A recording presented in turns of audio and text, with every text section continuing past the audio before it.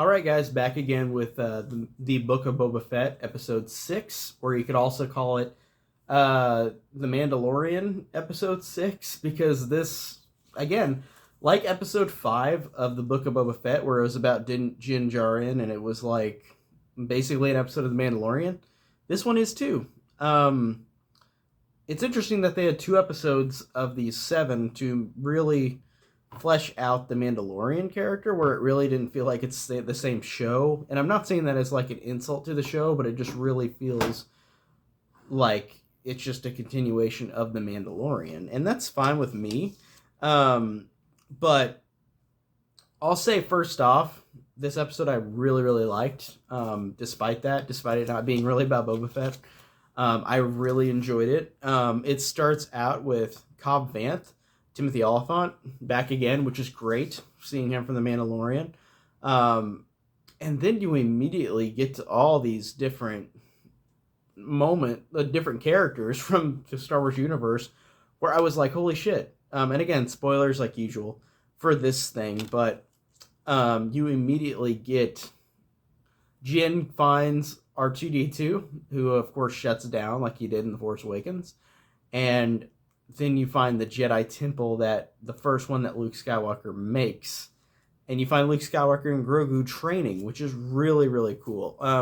But also there's these like weird spider robots that like are creating the hut for like the training school for the young Jedi, which I think is interesting. And also Grogu will be the first one to train, and I think that that's a cool way of showing who the first one of this creation that Luke had would be. Seeing CGI Luke Skywalker again, like I did at the end of Mandalorian Season 2, is really good. This CGI is really good, and I'm surprised that it's not Mark Hamill, like, in terms of Mark Hamill 40 years ago, or 35 years ago, I guess, if you're counting Return of the Jedi time.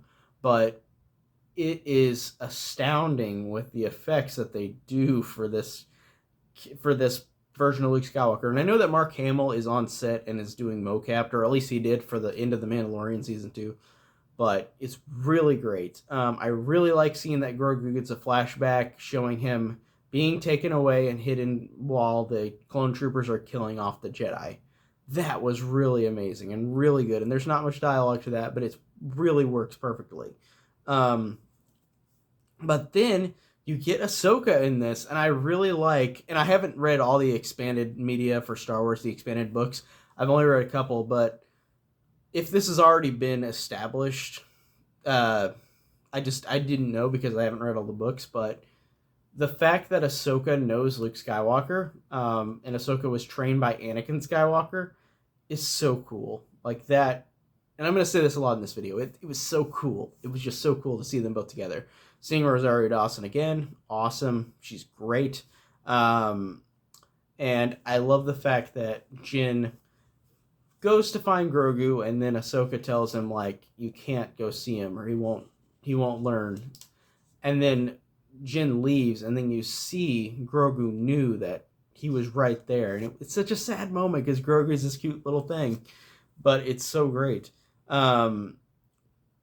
So I like that. And then the ending has a really interesting shootout between Cobb Vanth and this blue character. And I'm thinking that it is, and I'm going to probably get these characters mixed up because there's so many Star Wars characters, but I'm trying to remember if this is Cad Bane from the animated shows, this blue character. But there is a standoff between him and Cobb Vanth, and it's like a Western, and it's really cool, and it feels just like an old classic style Western. And Cobb Bane gets shot, and I thought it was a good scene and a good sequence. But the episode ends in a way where I'm really excited for the next episode, because you don't get the resolution on the fact that Luke gives Grogu a choice to become a Jedi, and Jedi can't form attachments, like in Attack of the Clones. You can't form attachments or love to people. So Luke gives Grogu the choice to go and choose between being a Jedi and having no attachments, or go back to Jin. And you don't see the outcome. And I know it's going to be resolved in the next episode or whatever, but that was great. That was a great way to end it. And you also did get more Boba Fett in this episode than the last episode. You get him at least at the end, whenever Fennec Shand and Boba Fett are all talking about stopping the group in town. So I am glad that we saw them in this episode at least a little bit, because there's sometimes in TV shows where it's like it's not about the main character, and this was an instance where like the last 2 episodes were not about Boba Fett really. They were about the Mandalorian, which, like I said, is fine, but I really, really liked this episode. I thought it was just really beautiful. It was really fun. It was really well done.